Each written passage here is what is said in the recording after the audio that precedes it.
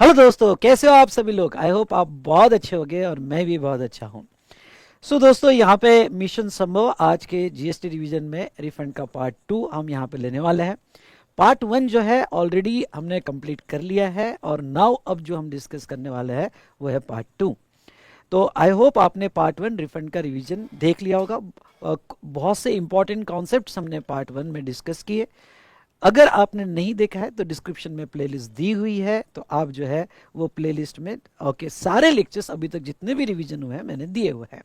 साथ साथ में बाकी सारी डिटेल्स आपको डिस्क्रिप्शन में मिल जाएगी।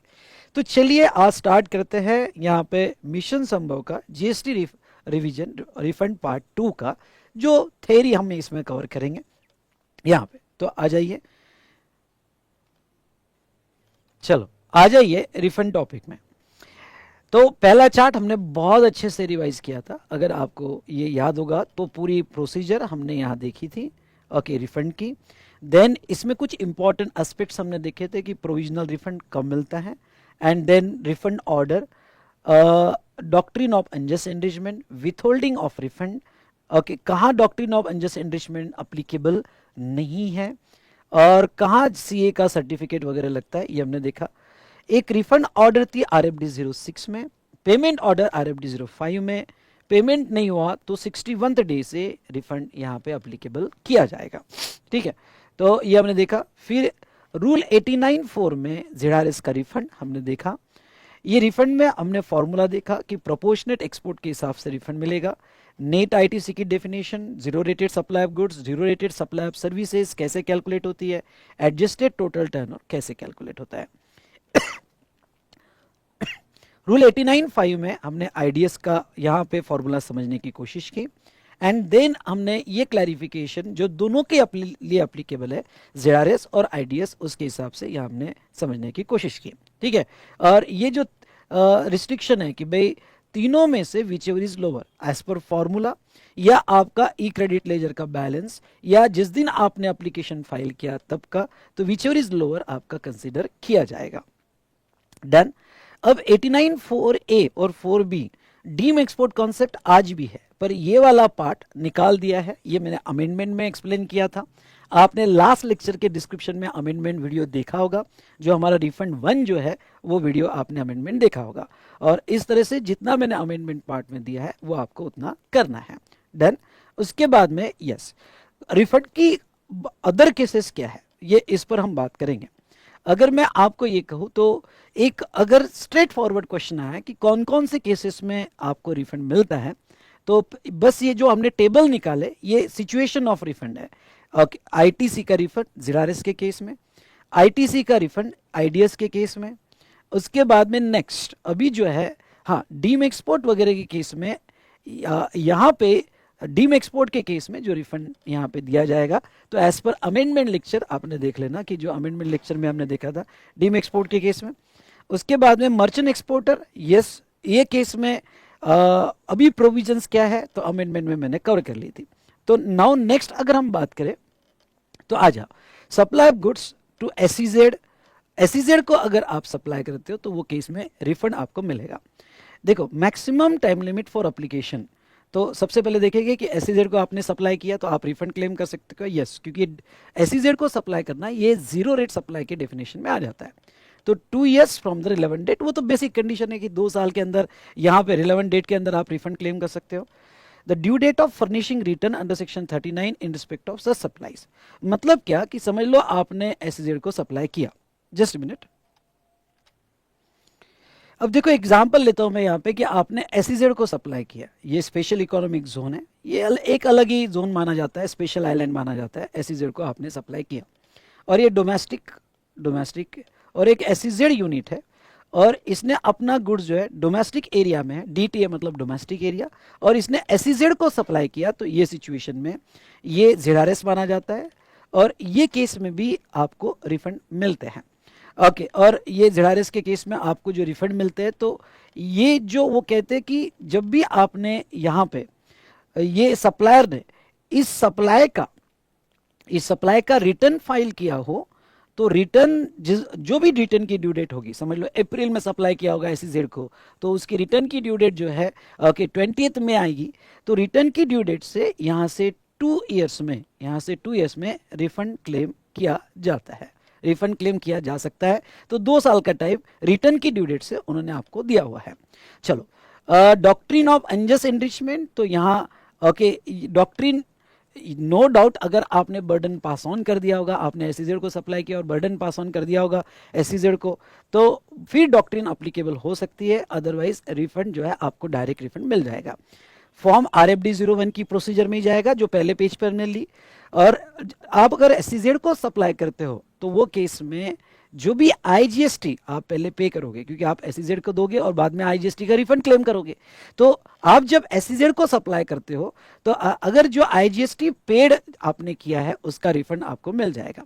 डॉक्यूमेंट्स एंड कंडीशंस, तो देखो कौन कौन से डॉक्यूमेंट और कंडीशन, ये वाला कॉलम हर रिफंड के केस में क्या क्या डॉक्यूमेंट्स लगते हैं ये आपको डेफिनेटली हेल्प करेगा कि सारे रिफंड के केसेस में क्या क्या डॉक्यूमेंटेशन होगा।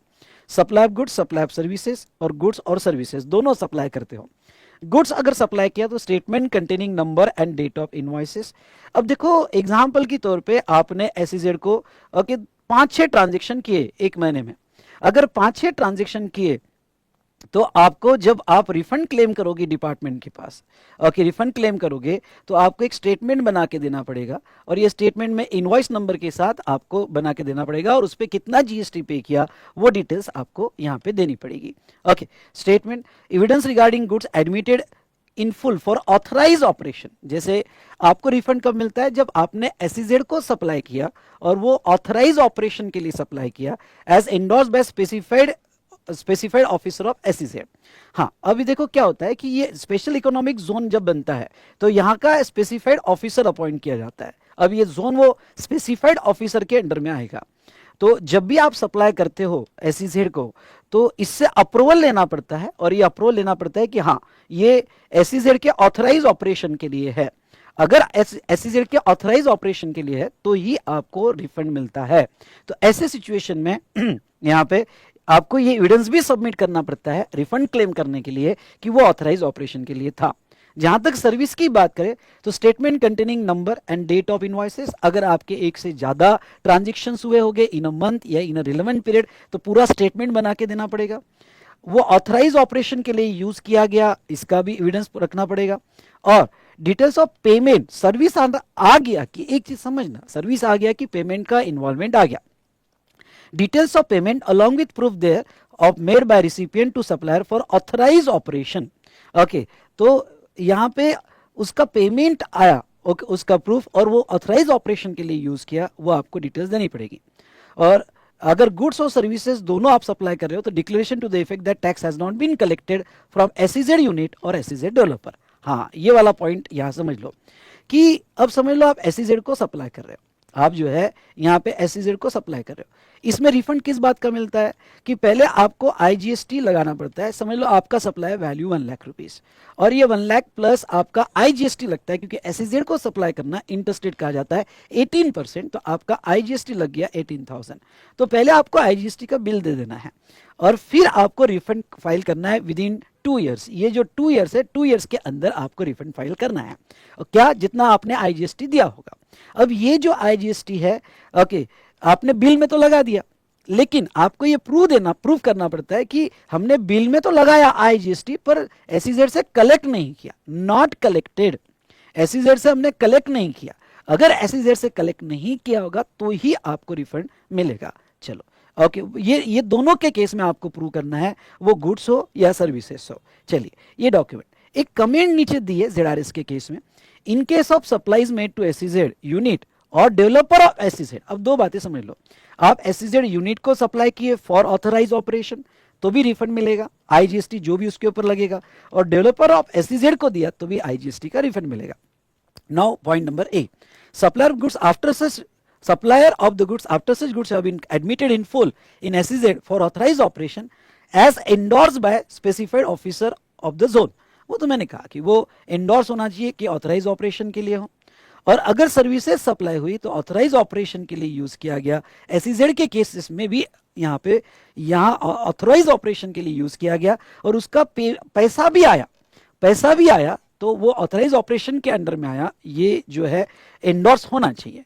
तो गुड्स के केस में हमने गुड्स दिया उतना ही एंडोर्स, सर्विस के केस में सर्विस ऑथराइज ऑपरेशन के लिए यूज हुई और उसका पेमेंट रिसीव हुआ, उसका एंडोर्समेंट चाहिए। बस ये एक कंडीशन है SEZ के केस में। डन। तो ये एक हमारा इवेंट कंप्लीट हुआ, और वो कौन से केस में बेटा? SEZ। अब नेक्स्ट रिफंड का केस है section rule 95, person holding UIN, unique identification number. चलो इसके बारे में मैं आपको थोड़ा बता दूं कि यूनिक आइडेंटिफिकेशन नंबर क्या कॉन्सेप्ट है। कुछ नोटिफाइड पर्सन है, ध्यान सुनना, कुछ नोटिफाइड पर्सन है, और ये नोटिफाइड पर्सन जो यहाँ पे ओके जैसे फॉरेन एम्बेसी है, मल्टीलैटरल यूनाइटेड नेशन और इंटरनेशनल ऑर्गेनाइजेशन, या फॉरेन एम्बेसीज है, एम्बेसी ऑफिस है, या फिर कॉन्सुलेट ऑफिस है, या एनी अदर नोटिफाइड पर्सन। तो ये जो यूनाइटेड नेशंस की ऑर्गेनाइजेशन है, या फिर एम्बेसीज ऑफिस है, या कोई भी नोटिफाइड पर्सन होगा जो यहाँ पे गवर्नमेंट नोटिफाई करेगा, तो वो नोटिफाइड पर्सन अगर समझ लो US एम्बेसी है, तो US एम्बेसी डोमेस्टिक मार्केट से, DTA मतलब डोमेस्टिक एरिया से, तो डोमेस्टिक एरिया से कोई गुड्स खरीदता है तो सामने वाला उसको GST लगाएगा। समझ लो वैल्यू है 1 लाख रुपीज, तो ये 1 लाख रुपीज का GST लगाएगा। GST समझ लो 18,000 जो भी है GST लगाएगा। ये गुड्स या सर्विस इनको मिल गया उनके सर्विस के लिए, और इनका आउटवर्ड सप्लाई है। अब मैं आपको ये कह दूं कि ये जो आउटवर्ड सप्लाई पे GST नहीं आता है, नो GST। सर ये आउटवर्ड सप्लाई पे GST क्यों नहीं आता है? क्योंकि ये RP नहीं है, रजिस्टर्ड पर्सन नहीं है, और यहाँ पे RP नहीं होने की वजह से वो टैक्सेबल पर्सन भी नहीं है। क्योंकि what is the definition of taxable person? Definition of taxable person means a person who is liable to registered और रजिस्टर्ड। तो ऐसे केस में ये पर्सन को रजिस्ट्रेशन लेना ही नहीं पड़ता है, लेना ही नहीं पड़ता है, इसलिए वो TP नहीं है। तो ये केस में TP नहीं है, तो क्यों रजिस्टर्ड नहीं है? क्योंकि इनको स्पेशल नंबर मिलता है UIN, इनको क्लियर है। रजिस्टर्ड पर्सन की डेफिनेशन देखो, रजिस्टर्ड पर्सन की डेफिनेशन यह कहती है कि जो यहाँ पे रजिस्ट्रेशन लेगा सेक्शन 25 में, बट UIN जिसके पास यूनिक आइडेंटिफिकेशन नंबर है, वो रजिस्टर्ड पर्सन नहीं माना जाएगा। अगर वो रजिस्टर्ड पर्सन नहीं माना जाएगा तो वो टैक्सेबल पर्सन भी नहीं माना जाएगा, और अगर वो टैक्सेबल पर्सन नहीं माना जाएगा तो इनके आउटवर्ड पे कोई GST नहीं आएगा। सिंपल वर्ड में no GST on outward supply. ठीक है, तो उनका एक यस फॉरेन एम्बेसीज है, एक रिस्पेक्ट रखा है under international treaty, United nation के मल्टीलैटरल ऑर्गेनाइजेशंस होगी, उनका एक ट्रीटी में रिस्पेक्ट रखा हुआ है। तो चलो इसके आउटवर्ड पे अगर कोई टैक्स नहीं आता है तो व्हाट अबाउट इनपुट टैक्स? ये जो उन्होंने परचेस किया और GST लग के आया, ये GST का क्या होगा? ये GST का क्या होगा? क्योंकि आउटवर्ड पे तो टैक्स ही नहीं है, क्योंकि वो टैक्सेबल पर्सन ही नहीं है। तो ऐसे सिचुएशन में गवर्नमेंट ने, जिसके पास भी UIN है, मैं कह रहा हूं UIN है, गवर्नमेंट कहती है कि ये रिफंड क्लेम कर सकते हैं अपने इनवर्ट पे जो भी GST लगा उसका वो रिफंड क्लेम कर सकते हैं। तो यह रिफंड क्लेम की प्रोसीजर देखो क्या है।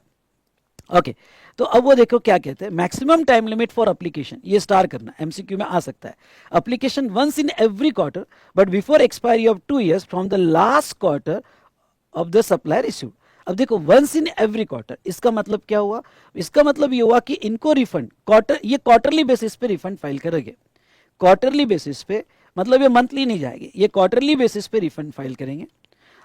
और जो क्वार्टर में इन्होंने परचेस किया, समझ लो इन्होंने यहाँ पे क्वार्टरली बेसिस पे जाएगी, और जो क्वार्टर में परचेस किया अप्रैल मई जून, और तो अप्रैल से जून के क्वार्टर में अगर इन्होंने परचेस किया होगा और वो परचेस का ये रिफंड क्लेम करना चाहते हैं, तो ऐसे सिचुएशन में जब भी क्वार्टर एंड होगा वहां से 2 years, जब भी क्वार्टर एंड होगा वहां से 2 years में वो रिफंड क्लेम कर सकते हैं उस क्वार्टर का, पर वो मंथली नहीं जा सकते, वो रिफंड क्वार्टरली ही क्लेम करेंगे। ये थोड़ा अलग है, यहां समझने की कोशिश करना। From the last quarter of supply received मतलब, but before expiry of 2 years from the last quarter for the supply received, मतलब क्वार्टर एंड होने के बाद 2 साल में कभी भी क्लेम कर सकते हैं। रिलेवेंट डेट ये इनकी जो होगी डेट ऑफ पेमेंट। सर ये डेट ऑफ पेमेंट मतलब क्या? यहाँ पे।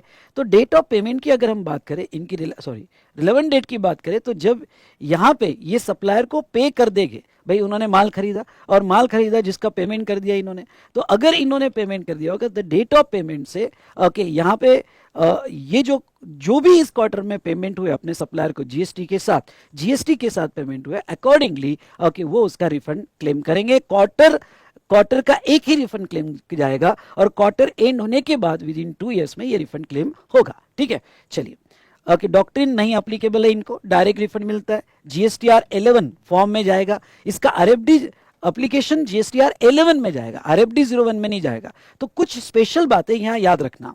Okay, tax paid on purchases of goods और सर्विसेज और details of purchase invoice. Okay, तो जो भी परचेस इनवॉइस की डिटेल है वो एज अ डॉक्यूमेंटेशन इनको सबमिट करना पड़ेगा। ओके, चलिए आप आ जाइए नाउ रूल 95 पे। 95 की प्रोविजन क्या कहती है? सबसे पहले तो रिफंड कैन बी क्लेम, यानी यूआईएन के लिए कौन एलिजिबल है ये हम देखेंगे। Second, time limit of filing refund claim, condition of refund approval, and then यहाँ पे refund of IGST on imported goods and supremacy provision in case of inconsistency. तो देखो सारी प्रोविजन जो हमारे आईसीआई के मटेरियल में कवर्ड है मैंने समराइज फॉर्म में यहाँ पे कवर कर ली है। ठीक है, specialise agency of the UNO, now मैंने ये रजिस्ट्रेशन चैप्टर में भी आपको पढ़ाया था अगर आपको याद होगा तो। Multilateral financial institution under UN privileges act, foreign consulate और embassies and other specified person और क्लासेस ऑफ द पर्सन। तो ये जो है 4 कैटेगरीज है और ये 4 कैटेगरीज यूआईएन लेगी, यूनिक आइडेंटिफिकेशन नंबर लेगी, और ये रजिस्टर्ड पर्सन नहीं माने जाएंगे, इसलिए टैक्सेबल पर्सन नहीं माने जाएंगे, इसलिए आउटवर्ड पे जीएसटी नहीं आएगा। टाइम लिमिट, जहां तक टाइम लिमिट है तो with in 2 years from the last day of the quarter, जो क्वार्टर का रिफंड क्लेम कर रहे होंगे। एंड देन हमने ये भी पढ़ा कि भाई कंडीशन रिफंड अप्रूवल, तो ये जो है रिफंड तभी मिलेगा, बड़ी इंपॉर्टेंट कंडीशन है कि इन्होंने परचेस किया हो और इन्होंने जो परचेस किया हो वो टैक्स इनवॉइस के अगेंस्ट में परचेस किया हो, रजिस्टर्ड पर्सन से परचेस किया हो, परचेस करते वक्त अपना जीएसटी या यूआईएन उस इनवॉइस पे यहाँ पे होना चाहिए, यानी इन्होंने सप्लायर को स्पेसिफिकली बोला हो कि भाई हमारा जीएसटी या यूआईएन डाल। वैसे जीएसटी तो नहीं रहेगा, इनके पास यूआईएन रहेगा, पर अगर जीएसटी होगा तो वो भी डालना पड़ेगा। इफ यूआईएन इज मिसिंग, अगर नहीं सप्लायर ने यूआईएन नहीं लिखा तो यहाँ पे वो अटेस्टेड बाय ऑथराइज रिप्रेजेंटेटिव, उनका ऑथराइज रिप्रेजेंटेटिव अटेस्टेशन देगा and all other notified conditions are met. Refund of IGST on imported goods, हाँ एक बात समझ लो, ये बहुत सी बार ये जो ऑर्गेनाइजेशंस हैं, ये ऑर्गेनाइजेशंस गुड्स इंपोर्ट करती है, ओके, या फॉरेन एम्बेसी ऑफिस जो है वो गुड्स इंपोर्ट करता है, तो उसके ऊपर क्या दिया जाता है? उसके ऊपर दोस्तों आईजीएसटी दिया जाता है। तो आईजीएसटी जो है उसका भी वो रिफंड क्लेम कर सकते हैं। लास्ट वाला यहाँ पे कोई इतना इंपॉर्टेंट नहीं है, पर समझ लो कि अगर कोई गवर्नमेंट की इंटरनेशनल ट्रीटी हुई होगी तो इंटरनेशनल ट्रीटी विल प्रिवेल और रूल 95, बस खत्म। ओके, बहुत सी बार यूनाइटेड नेशन के साथ या फॉरेन एम्बेसी के साथ गवर्नमेंट की यूनाइटेड ट्रीटीज होती है। ओके, तो गवर्नमेंट की जो यहाँ पे ट्रीटी होगी दैट विल प्रिवेल और रूल 95 डन। तो ये था यहाँ पे एक रिफंड का सिचुएशन जो रूल 95 का है। उसके बाद में आ जाओ बैलेंस इन ई कैश लेजर। ये भी एक रिफंड की बहुत अच्छी सिचुएशन है जहां इंस्टीट्यूट कंटिन्यूस क्वेश्चन पूछती है।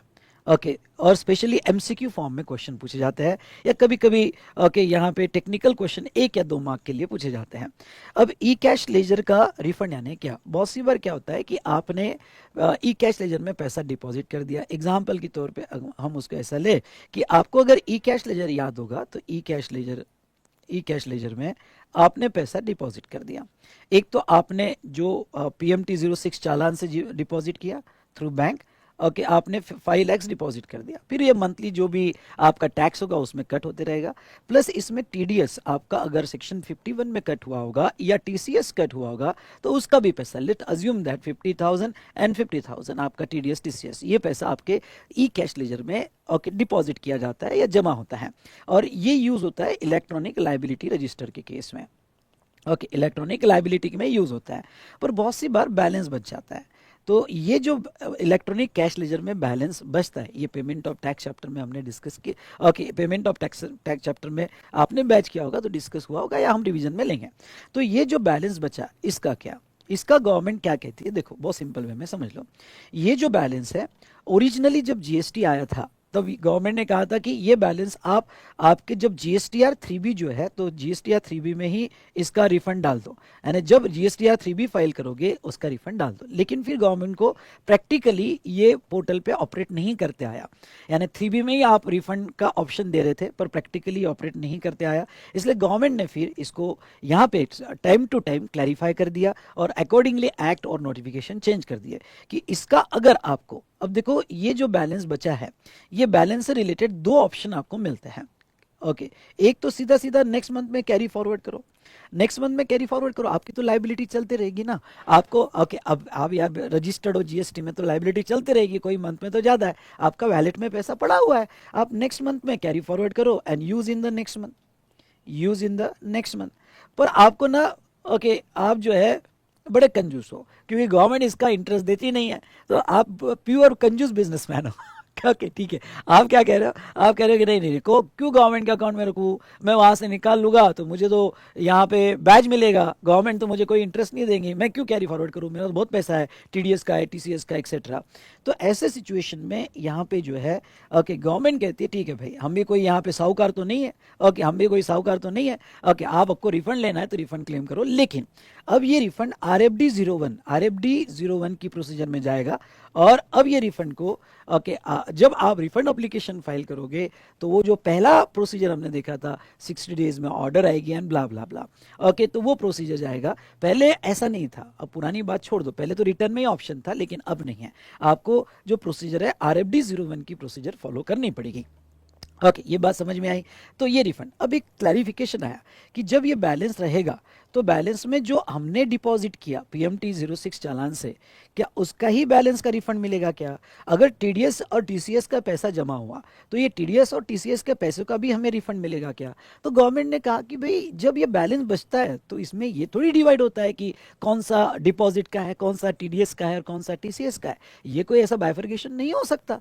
ओके तो ऐसे केस में यहाँ पे this balance including TDS TCS जो भी होगा, अगर आपका एक्सेस बैलेंस पड़ा हुआ है तो उसका रिफंड मिल जाएगा। तो ये एक बहुत अच्छा टेक्निकल क्वेश्चन है जो एमसीक्यू में पूछा जाएगा, can we claim a refund in e cash ledger of TDS TCS also? Yes, okay because that is a part of your e cash ledger. I hope आपको ये पॉइंट समझा होगा तो लाइक कीजिएगा। ओके तो ये जो था डायरेक्ट रिफंड इन रिटर्न। उसके बाद में नेक्स्ट अब प्रोसीजर देखो, डायरेक्ट रिफंड इन रिटर्न काट दो, ये पुरानी प्रोविजन थी, या आरएफडी 01 कर दो। ओके आरएफडी 01 में डायरेक्ट रिफंड मिल जाएगा। Maximum time limit, RP can claim refund in any tax period also in GSTR 3 और 3B। अब देखो कोई भी टैक्स पीरियड में वो रिफंड क्लेम कर सकते हैं of that GSTR 3B, sorry 3 मत करना, जीएसटीआर 3B मतलब आपका 3B फाइल करने के बाद, यहाँ दो करेक्शन कर लेना, आपका 3B फाइल करने के बाद आप कभी भी रिफंड क्लेम कर सकते हो। Okay relevant date of payment of tax, पहले तो आपका जो भी टैक्स हो जाएगा वो टैक्स दे दो, और एक्सेस बैलेंस पड़ा होगा तो आप कभी भी रिफंड क्लेम कर सकते हो। फॉर्म होगा आरएफडी 01 और आपका वो एक्सेस बैलेंस होना चाहिए। कुछ इंपॉर्टेंट पॉइंट्स जो सीबीआईसी ने क्लैरिफाई किए, पहला time period, refund application under section 54(1) is not applicable in case of refund of excess balance in e-cash ledger। जहां तक देखा जाए तो यहाँ पे जो मैक्सिमम टाइम लिमिट है ओके 2 इयर्स का, वो 2 इयर्स का टाइम लिमिट अप्लीकेबल नहीं है यहाँ पे कि विद इन 2 इयर्स वो कभी भी रिफंड क्लेम फाइल कर सकता है। रिटर्न फाइल होने के बाद जो भी एक्सेस बैलेंस होगा वो एक्सेस बैलेंस का कभी भी रिफंड क्लेम फाइल कर सकता है।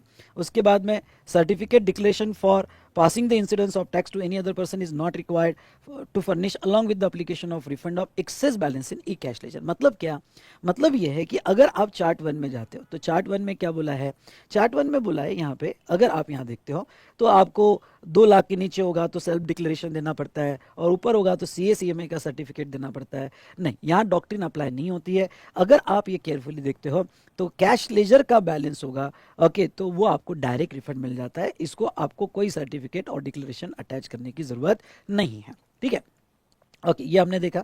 उसके बाद में नेक्स्ट अगर हम बात करें, यहाँ पे आ जाओ, अगर हम नेक्स्ट कैश लेजर का रिफंड, थर्ड वाला point refund of TDS TCS, ये तो मैं आपको बता चुका हूं कि टीडीएस टीसीएस का भी अमाउंट अगर एक्सेस पड़ा हुआ है in the form of balance तो उसका भी रिफंड आप क्लेम कर सकते हो। तो ये 3 बातें ध्यान रखना। चलिए अब what is the next situation of refund, CTP और एनआरटीपी, इसमें भी रिफंड ओके यहाँ पे आ सकता है सीटीपी और एनआरटीपी का। तो अब ये इसमें रिफंड कब आ सकता है, ध्यान सुनो। तो अगर हम बात करें यहाँ पे, तो सीटीपी और एनआरटीपी का रिफंड जो है, ये जो डायरेक्ट रिफंड इन रिटर्न, वो रिफंड रिटर्न में आपका कैलकुलेट किया जाएगा। इसका मतलब रिफंड जो भी आपका रिटर्न फाइल होगा सीटीपी का या एनआरटीपी का, उसमें कितना एक्सेस बैलेंस है वो एक्सेस बैलेंस निकाला जाएगा। Okay, 2 years from the relevant date आप रिफंड क्लेम कर सकते हो। यहाँ टाइम लिमिट अप्लीकेबल है। ये 2 years कैश लेजर के बैलेंस को अप्लीकेबल नहीं है, लेकिन सीटीपी और एनआरटीपी का रिफंड के केस में अप्लीकेबल है। सर पर आपका एक सवाल होगा कि सीटीपी और एनआरटीपी के केस में रिफंड क्यों निकलता है? ओके, आपको याद है सीटीपी और एनआरटीपी के केस में हमको एस्टिमेशन बेसिस पे एडवांस में टैक्स डिपॉजिट करना पड़ता है। अब एस्टिमेशन बेसिस पे एडवांस में टैक्स डिपॉजिट कर दिया और एक्चुअल मेरा बिजनेस कम हुआ। ओके, मैंने जो एग्जीबिशन में जाना था वहाँ बिजनेस कम किया, तो जो एक्सेस मैंने एडवांस में डिपॉजिट किया at the time of registration, उसका तो मेरे को रिफंड मिलना चाहिए ना। तो उसका रिफंड मुझे मिल जाएगा। Refund only after filing the return of entire period. हाँ, रिफंड आप तभी, जैसा मैंने आपको कहा कि रिफंड आपका जब पूरे रिटर्न कंप्लीट हो जाएंगे। जैसा आपको सीटीपी का रजिस्ट्रेशन मिला 40 डेज का, तो 40 डेज का जो है जो भी रिटर्न, यानी पहले 30 डेज का, बाद में 10 डेज का जो भी रिटर्न फाइल होगा सीटीपी और एनआरटीपी का, जब तक सारे रिटर्न फाइल नहीं होते हैं और आपकी फाइनल टैक्स लाइबिलिटी कैलकुलेट नहीं होती है, तब तक आपको रिफंड नहीं मिलेगा। Okay, that is only after filing last return of CTP and NRTP आप एलिजिबल हो गए। वहां से 2 साल के अंदर आप रिफंड कभी भी क्लेम कर सकते हो। यहाँ पे डॉक्ट्रिन अप्लाई होगा क्या? तो नहीं, डॉक्ट्रिन नॉट एप्लीकेबल रहेगा। आरएफडी 01 में जो है आप रिफंड क्लेम कर सकते हो। सर डॉक्ट्रिन क्यों नहीं एप्लीकेबल होगा? अरे भाई साहब, ओके, आपने ही एस्टिमेटेड बेसिस पे एडवांस दिया है, अब धंधा ही नहीं हुआ इसलिए बैलेंस आया मेरा, क्योंकि मैंने तो पहले ही देके रखा, तो डॉक्ट्रिन क्यों, मेरा ही पैसा है वो, डॉक्ट्रिन क्यों एप्लीकेबल होगी? उसके बाद में next, amount paid extra in advance after filing the return. मतलब अमाउंट कौन सी अमाउंट का रिफंड मिलेगा आपको? तो जो आपने एडवांस बेसिस पे एक्स्ट्रा दिया उसका। और डॉक्यूमेंट क्या, कुछ नहीं, फाइनल रिटर्न दे तो बात खत्म। ओके, डॉक्यूमेंट वही रहेगा। चलो नेक्स्ट, एक रिफंड का केस, ऑर्डर ऑफ कोर्ट और ट्रिब्यूनल। ऑर्डर ऑफ कोर्ट और ट्रिब्यूनल, तो जहां तक है बहुत सी बार क्या होता है, कोर्ट यहाँ पे ऑर्डर देती है कि भाई नहीं नहीं, इसका इतना टैक्स नहीं बनता है, अकॉर्डिंगली टैक्स कम हो जाएगा, पेनल्टी कम हो जाएगी, इंटरेस्ट कम हो जाएगा। आपने तो क्या है पहले ओके डिपॉजिट कर दिया टैक्स, ओके, पर कोर्ट का डिसीजन आपके फेवर में आ गया, अकॉर्डिंगली आपका टैक्स भी कम हो गया, पेनल्टी भी कम हो गई और इंटरेस्ट भी कम हो गया, तो फिर आपका रिफंड निकल रहा है। तो रिफंड के लिए प्रोसीजर 1, अब जब भी मैं प्रोसीजर 1 को, मतलब हमारा पहला पेज, प्रोसीजर 1 फॉलो करना पड़ेगा। Okay, 2 years from the relevant date. अब 2 years from the relevant date, तो what is the relevant date? Date of communication of judgment, decree और ऑर्डर। जिस दिन कोर्ट ने ऑर्डर दी कि इसको रिफंड करो, वहां से 2 साल के अंदर मैं कभी भी एप्लीकेशन फाइल कर सकता हूं। डॉक्ट्रिन एप्लीकेबल होगी क्या? बिल्कुल एप्लीकेबल होगी डॉक्ट्रिन, क्योंकि यहां जरूर देखा जाएगा, क्योंकि तुमने क्या किया, पहले पैसा दे दिया और के बाद में कोर्ट ने कम करके दिया, तो यहां पे जहां तक ये देखा जाएगा कि तुमने अकॉर्डिंगली मतलब कस्टमर को पास ऑन किया है या नहीं किया है, उसके बेस पर आपको रिफंड दिया जाएगा। उसके बाद में आरएफडी 01 में जाएगा, जितना रिफंड कोर्ट के ऑर्डर में स्पेसिफाइड होगा उतना रिफंड मिलेगा। And reference to the number of order, and आपको reference to number of order, order का क्या नंबर है, कितने ऑर्डर्स आपके रिफंड की आई है, एंड आपका कॉपी ऑफ ऑर्डर अटैच करनी पड़ेगी।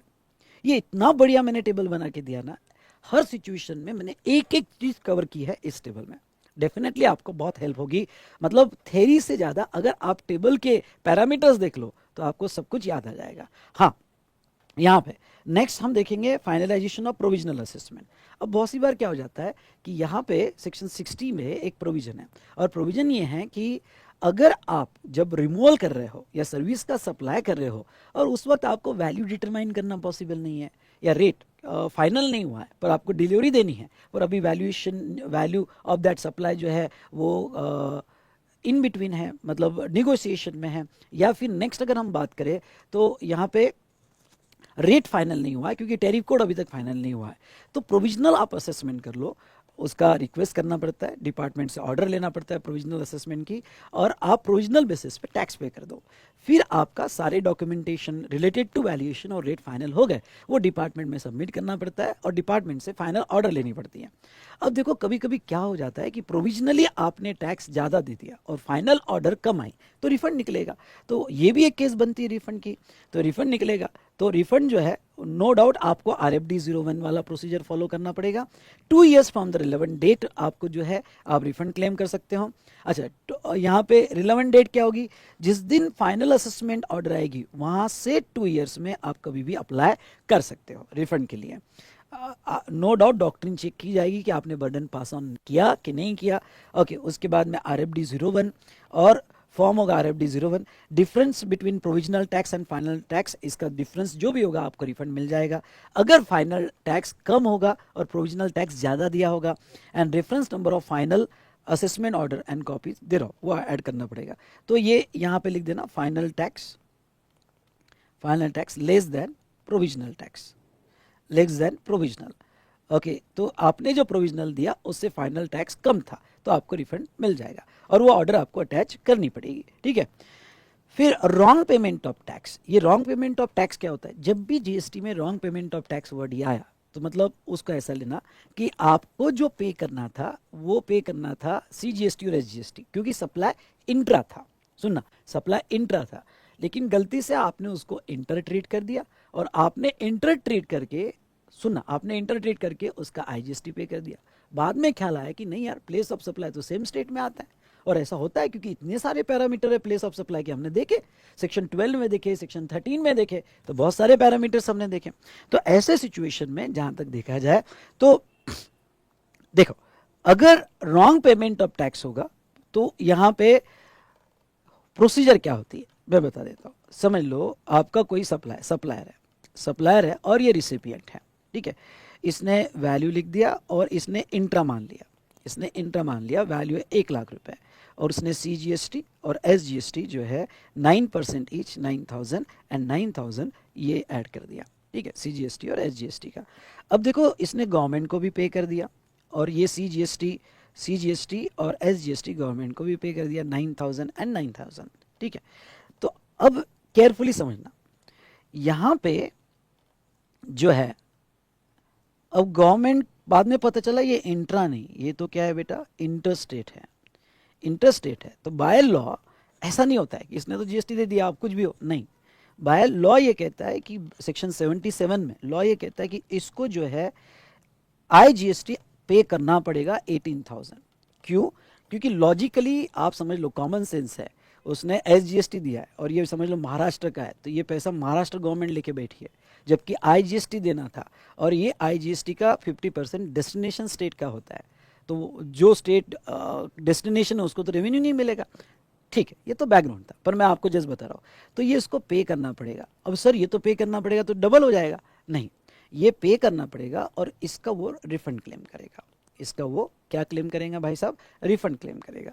और कस्टमर को अकॉर्डिंगली यहाँ पे जो है ओके, ये डेबिट नोट भेजकर, इसकी डेबिट नोट भेजकर कि भाई अमाउंट चेंज हो गया, ओके, ये कस्टमर को यहाँ पे डॉक्यूमेंट चेंज करके दे देगा, क्योंकि उसने CGST SGST लगाया, तो अब वो यहाँ पे क्या रहेगा, IGST। तो यहाँ पे एडजस्ट नहीं होता है, आपको IGST अलग से पे करना पड़ता है और ये जो है आपको रिफंड मिलता है। तो हम ये रिफंड की बात कर रहे हैं जो आपने रॉन्ग हेड में पे कर दिया था, तो ये रॉन्ग पेमेंट अगर आपका होता है तो आप रिफंड क्लेम करो जो IGST देने के बाद, और वाइस वर्सा मतलब क्या, आपने गलती से IGST दे दिया और CGST और SGST का भी हो सकता है, ओके। तो वाइस वर्सा जो भी है, 2 years from the relevant date कहाँ से, date of payment. Doctrine applicable होगी क्या, नहीं, डॉक्ट्रिन अप्लीकेबल नहीं होगी। सर यहाँ तो पास ऑन कर दिया ना बर्डन, ये तो कस्टमर को पास ऑन किया, देखो वो पास ऑन किया है, पर यहाँ पे हमने हमारे जेब से IGST, कस्टमर से थोड़ी डबल लिया हमने, ओके, कस्टमर से थोड़ी डबल दिया। यहाँ तो हम IGST हमारे जेब से दे रहे हैं और जो पुराना दिया उसका रिफंड क्लेम कर रहे हैं। कस्टमर को तो उतना ही बर्डन गया, पर मैंने तो 18+18 दिया है ना, पूरा पहले भी 18 दिया और अभी भी 18 दिया, और कस्टमर को तो 18 ही पास ऑन किया, तो ये तो मेरे जेब से जाएगा, तो यहाँ डॉक्ट्रिन अप्लीकेबल नहीं है, ओके। नाउ नेक्स्ट आप आ जाओ, यहाँ पे RFD 01 में जाएगा, अमाउंट रॉन्गली पेड, और डॉक्यूमेंट क्या अटैच करने पड़ेंगे, statement showing details of transaction consider as intrastate supply but which subsequently held interstate supply, ठीक है। इस तरह से आपको डॉक्यूमेंट बना के देना पड़ेगा। Excess payment of tax, interest और any other amount paid, okay, अगर कोई एक्सेस पेमेंट किया होगा टैक्स इंटरेस्ट का, तो यस, वो भी आपने गलती से एक्स्ट्रा पे कर दिया, उसका रिफंड क्लेम कर सकते हो, okay. 2 years from the relevant date, इसका रिफंड जिस दिन पेमेंट हुआ, जिस दिन पेमेंट किया गवर्नमेंट को, वहां से सप्लायर भी क्लेम कर सकता है और बायर भी क्लेम कर सकता है। और बायर भी क्लेम कर सकता है मतलब क्या, थोड़ा ये कॉन्सेप्ट को समझ लो सप्लायर है और रिसिपिएंट है। ओके, सप्लायर है और रिसिपिएंट है। अब ये जो सप्लायर और रिसिपिएंट है बेटा, तो यहाँ पे वैल्यू ले लो, वैल्यू 1 लाख, ठीक है। रेट थे 5%, पर गलती से जीएसटी के रेट लगा दिए 18%, एंड दैट इज 18,000, गलती से लगा दिए। अब ये जो 18,000 यहाँ पे उसने लगा दिए, जबकि एक्चुअल रेट 5% है, तो ये गवर्नमेंट को भी पे कर दिए, 18,000। बाद में पता चला कि नहीं, ये तो 5% का गुड्स था। तो अब देखो, इसका रिफंड सेलर ने अगर बर्डन पास ऑन नहीं किया होगा तो सप्लायर को मिलेगा, डॉक्ट्रिन लग जाएगी।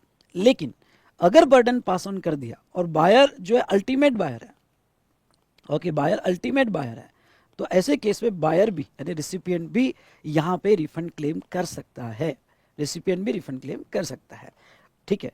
तो और कब रिफंड का अगर रिसिपिएंट क्लेम कर रहा है तो उसकी टाइम लिमिट कहाँ से चालू होगी, date of receipt of goods और सर्विसेज, जिस दिन गुड्स और सर्विसेज रिसीव हुआ, ओके, वहां से 2 ईयर्स। देखो, सप्लायर अगर क्लेम कर रहा होगा तो जिस दिन उसने गवर्नमेंट को दिया वहां से 2 ईयर्स, और अगर बायर क्लेम कर रहा होगा तो जिस दिन उसको गुड्स रिसीव हुए, सर्विस रिसीव हुए, वहां से 2 ईयर्स में वो रिफंड क्लेम कर सकता है। ओके, नाउ डॉक्ट्रिन अप्लीकेबल है क्या, यस, RFD 01 में, ओके, यहाँ पे एक्सेस अमाउंट पेड जो भी पे किया होगा और स्टेटमेंट आपको बताना पड़ेगा।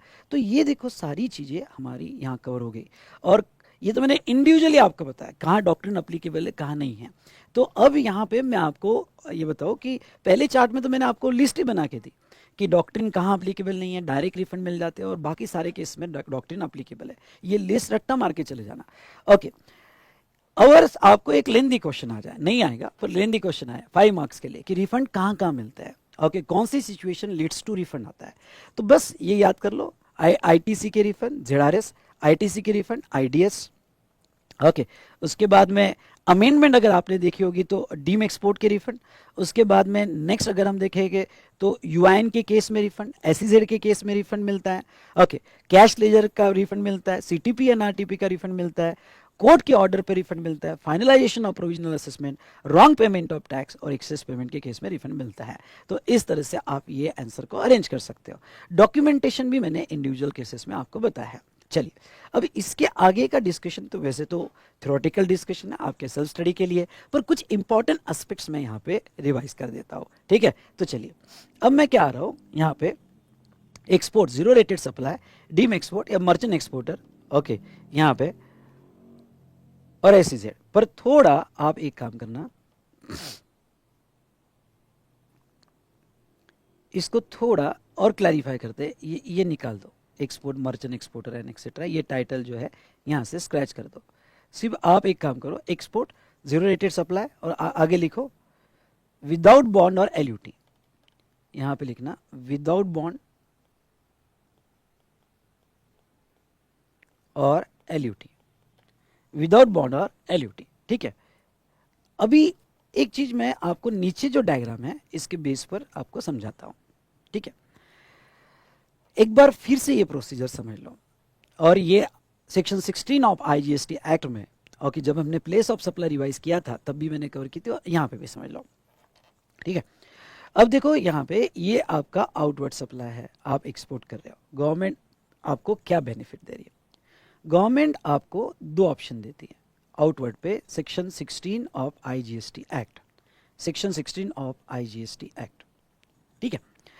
पहला ऑप्शन क्या देती है गवर्नमेंट आपको, बॉन्ड एग्जीक्यूट कर ले भाई, या लेटर ऑफ अंडरटेकिंग एग्जीक्यूट कर ले, तो तू एक्सपोर्ट कर सकता है गुड्स या सर्विस विदाउट टैक्स, आउटवर्ड पे हम टैक्स तेरे से कलेक्ट नहीं करेंगे।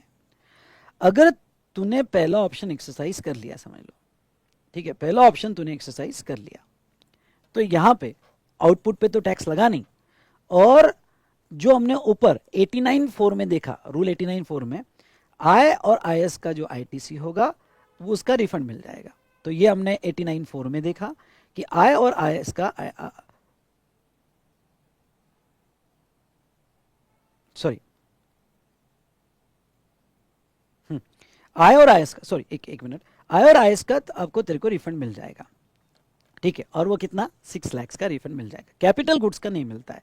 ये हमने क्लियर पॉलिसी देखी ऑप्शन 1 में, और ये ऊपर मैंने आपको एक्सप्लेन किया था, ये वाला, ओके, यहाँ पे यहाँ एक्सप्लेन किया था कि भाई आई और IS का मिल जाएगा, कैपिटल गुड्स का नहीं मिलेगा, ठीक है। अब यहाँ मैं क्या एक्सप्लेन करना चाहता हूँ, इस डायग्राम में बिल्कुल भी कंफ्यूज मत होना, क्लैरिटी लेना। ये तो ऑप्शन 1 वाला ऑलरेडी डिस्कस, ओके, तो ऑलरेडी डिस्कस। मैं आपका ध्यान लाना चाहूँगा ऑप्शन 2, और ये ऑप्शन 2 जो है यहाँ पे, ये ऑप्शन 2 और ये ऑप्शन 2 विदाउट बॉन्ड या एल्यूटी। ओके, अब बॉन्ड, अब आपके पास क्लाइंट आ गया और क्लाइंट कर रहा है कि नहीं नहीं नहीं, मैं बॉन्ड एग्जीक्यूट नहीं करूँगा, मैं एल्यूटी एग्जीक्यूट नहीं करूँगा, मैं इसका IGST देना चाहता हूँ, किसका, आउटवर्ड का। समझ लो इसने जो है, ओके, ये समझ लो यहाँ पे दीपेश है, और ये दीपेश जो है यहाँ पे एक्सपोर्ट कर रहा है, बाहर वाला बंदा जॉन है, ओके, बाहर वाला बंदा जॉन है, ठीक है, वो एक्सपोर्ट कर रहा है। तो भाई दीपेश कह रहा है कि नहीं नहीं, मुझे बॉन्ड एग्जीक्यूट नहीं करना है, तो आप आ जाओ ये ऑप्शन में, मैं अब थोड़ा फोकस ये ऑप्शन में करूँगा, अंडर बॉन्ड या एल्यूटी। अब ये ऑप्शन में आता है तो 100 लाख की आपकी वैल्यू है, और उसका IGST, क्योंकि एक्सपोर्ट ट्रांजेक्शन IGST में आता है उसका कितना हो गया, 12 लाख रुपीज़ हो गया। तो ये 12 लाख रुपीज़ उसको देना पड़ेगा। अब ये 12 लाख देना पड़ेगा आउटवर्ड, जब वो टैक्स दे रहा है 12 लाख, ठीक है, तो वो केस में वो ITC ले सकता है, इनपुट और इनपुट सर्विस का, यहाँ पे ITC ले सकता है, और ये ITC 6 लाख का यहाँ पे ले सकता है। और खास बात मतलब कैपिटल गुड्स का भी ITC ले सकता है। तो ये और ये ITC लेगा, तो नेट टैक्स पेबल कितना आएगा उसका, 4 लाख, तो 4 लाख गवर्नमेंट को देगा। तो ऑप्शन 2 में एक बार फिर समझ लो, वो इनपुट और इनपुट सर्विस का 6 लाख रुपए ITC ले सकता है, और दूसरा कैपिटल गुड्स का भी 2 लाख का वो ITC ले सकता है, क्योंकि आउटवर्ड पे टैक्स दे रहा है, तो नेट 4 लाख आएगा। लेकिन अब देखो सेक्शन 16 क्या कहता है, आप तो एक्सपोर्ट कर रहे हो, तो सेक्शन 16 कहता है कि ये जो विदाउट बॉन्ड वाला है, ये नोटिफाइड क्लास ऑफ पर्सन लिखना होगा, तो नोटिफाइड केसेस, नोटिफाइड केसेस को ऑप्शन 2 लगता है, ओके, तो नोटिफाइड केसेस को ऑप्शन 2 यहाँ पे लगता है, ठीक है। अब ये नोटिफाइड केसेस में बताओ, मतलब अगर आप एक्सपोर्ट करते हो तो ये without bond with payment of IGST notified cases में मिलता है। लगभग 95% नोटिफाइड है, लेकिन कुछ टोबैको प्रोडक्ट्स वगैरह हो गए, सिगरेट वगैरह हो गए, तो ऑप्शन 2 नहीं मिलता आपको, वहाँ सिर्फ ऑप्शन 1 मिलता है, ओके। ऑप्शन 2 कुछ गुड्स को छोड़ के बाकी सबको मिलता है ना। अब ये जो नोटिफाइड केसेस में, और 95% नोटिफाइड है, मतलब ऑप्शन 2 95% केसेस में आपको मिल जाएगा, कुछ सिगरेट प्रोडक्ट्स और कुछ अदर प्रोडक्ट को छोड़ के। तो अब यहाँ पे थोड़ा केयरफुली समझना, कंफ्यूज मत होना, मैं क्या कहना चाहता हूँ, थोड़ा डेप्थ में लेके जा रहा हूँ, पर कभी कभी कुछ चीज़ें इंपॉर्टेंट है, मेरी बात सुनो। तो ऐसे केस में यहाँ पे तुम नॉर्मल वे में असेसमेंट करो, 4 लाख गवर्नमेंट को पे कर दो, और बाद में सेक्शन 16 के हिसाब से जो भी तुम्हारा IGST का फुल असेसमेंट हुआ, IGST का कितना असेसमेंट हुआ तुम्हारा, 12 लाख का पूरा रिफंड मिल जाएगा। अब देखो यहाँ पे तुमने गवर्नमेंट को दिए कितने, आपने गवर्नमेंट को 4 लाख ही दिए थे नेट क्रेडिट के बाद, लेकिन रिफंड जब मिलेगा तो रिफंड आपका 12 लाख का, जितना टोटल IGST असेस हुआ था वो टोटल IGST का आपको रिफंड दे दिया जाएगा, यानी 12 लाख का रिफंड आपको दे दिया जाएगा, ओके, ऑप्शन 2 में। तो ऐसे केस में ये रिफंड बाद में। तो what is the difference between option 1 और ऑप्शन 2? ऑप्शन 1 में आप आउटपुट पे टैक्स दे नहीं रहे, ऑप्शन 1 में आप आउटपुट पे टैक्स नहीं दे रहे, तो आप ITC ऑफ I और IS रूल 89(4) में इसका रिफंड क्लेम कर सकते हो, क्योंकि आउटपुट पे नहीं दे रहे, तो फिर यहां रूल 89(4) में रिफंड मिल जाता है। लेकिन ऑप्शन 2 में इनके रिफंड, ITC के रिफंड मिलते नहीं हैं, ओके। जब भी आप देख लो रूल 89(4) जो है वो अंडर बॉन्ड ही कहता है, अगर आप विदाउट बॉन्ड जा रहे हो तो आपको ITC के रिफंड नहीं मिलेंगे, आप उसके आउटपुट में ITC यूज करो, इनपुट और इनपुट सर्विस का भी यूज करो और कैपिटल गुड्स का भी यूज करो, गवर्नमेंट को नेट दे दो 4 लाख, लेकिन गवर्नमेंट जब आपको रिफंड देगी तो टोटल 12 लाख जो आपका IGST असेस हो गया उसका रिफंड देगी। अगर कोई सेंस कर रहा है इस बात को, तो गवर्नमेंट अगर मुझे 12 लाख दे रही है तो इनडायरेक्टली ITC का भी रिफंड दे रही है, इनडायरेक्टली, गवर्नमेंट आईटीसी का डायरेक्ट रिफंड नहीं दे रही है, गवर्नमेंट कह रही है कि तुमने जो आउटपुट कितना दिया 12 लाख का, तो हम उसका पूरा ही रिफंड दे रहे तेरे को। तो इनडायरेक्टली उसमें आईटीसी भी आया था, क्योंकि तुमने तो हमको 4 लाख ही दिया, हम टोटल 12 लाख का रिफंड दे रहे हैं। आई होप आपको समझा होगा। ऑप्शन 2 वाली स्कीम बेनिफिशियल है। कब बेनिफिशियल है मैं बताता हूँ। अब मैं थोड़ा और डेप्थ में जा रहा हूँ, नहीं समझा तो छोड़ देना, ठीक है, पर डेप्थ में जा रहा हूँ, जिसकी ताकत है मेरे साथ जाने की। ऑप्शन 2 वाली स्कीम कभी कभी बेनिफिशियल हो जाती है। कैसे? क्योंकि ऑप्शन 1 में आपको आय और आईएस का रिफंड मिलता है, पर कैपिटल गुड्स का रिफंड नहीं मिलता है, उसका आईटीसी मिलता है, उसका आईटीसी मिलता है, जो बैलेंस होगा तो कैरी फॉरवर्ड करो, पर आय और आईएस का रिफंड मिल जाता है। यहां पे अगर आप देखोगे तो जब आपको 12 लाख मिले, सुनना, जब आपको, जस्ट मिनट, हाँ, तो बेटा जब आपने यहां पे 12 लाख का रिफंड लिया, समझ लो यहां पे ये जो 12 लाख है, ये 12 लाख का रिफंड लिया, ये 12 लाख गवर्नमेंट ने तो एज आईजीएसटी का रिफंड दिया। गवर्नमेंट कहती है हम तो सिर्फ आईजीएसटी का रिफंड दे रहे हैं आपको, कितना आईजीएसटी असेस हुआ 12, तो आपने, पर ये 12 कैसे है, ये 6, ये 2 और ये 4, ऐसे 12 है, मतलब इनडायरेक्टली आपने 6 और 2 का भी रिफंड ले लिया। तो फायदा क्या है? फायदा ये है कि ऑप्शन 2 में आपको इनडायरेक्टली कैपिटल गुड्स का भी रिफंड मिल जाता है, जबकि ऑप्शन 1 में कैपिटल गुड्स का रिफंड नहीं मिलता है, क्रेडिट मिलता है, यूज नहीं हुआ तो कैरी फॉरवर्ड करो, पर ऑप्शन 2 में इनडायरेक्टली आपको कैपिटल गुड्स का भी रिफंड मिल जाता है। इसलिए हम क्लाइंट को मोस्टली ऑप्शन 2 अगर पॉसिबल है कि आईजीएसटी देकर रिफंड, तो फिर वो ऑप्शन हम सजेस्ट करते हैं। ठीक है, चलिए अब दूसरा, जब ये ऑप्शन 2 यहाँ एग्जीक्यूट होता है, ऑप्शन 2 यहाँ पे, मतलब ऑप्शन 2 लिख दो यहाँ पे, export without bond, export without bond, ठीक है। तो एक्सपोर्ट विदाउट बॉन्ड में आईजीएसटी जो असेस हुआ उसका आपको रिफंड दे दिया जाता है। उसके लिए जो एप्लीकेशन होता है वो RFD 01 नहीं होता है, उसके लिए एप्लीकेशन होता है, ओके, और ये एप्लीकेशन होता है यहाँ पे शिपिंग बिल या बिल ऑफ एक्सपोर्ट। आपकी जो शिपिंग बिल है वो शिपिंग बिल कंसीडर होती है एप्लीकेशन। तो एक ही एक्सेप्शन है, इसलिए अगर आप पहले वाले चार्ट में आते हो तो पहले वाले चार्ट में देखो मैंने क्या, यहाँ पे नॉर्मली प्रोसीजर RFD 01 है, लेकिन इन केस ऑफ रिफंड, ये वाला एक्सेप्शन देखो, इन case of refund of IGST paid on export supply without bond, the application without bond,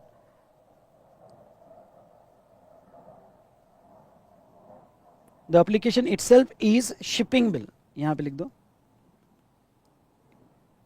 is shipping bill, यहां पे शिपिंग बिल लिख देना कि एप्लीकेशन इटसेल्फ आपका शिपिंग बिल रहेगा। Done done done done.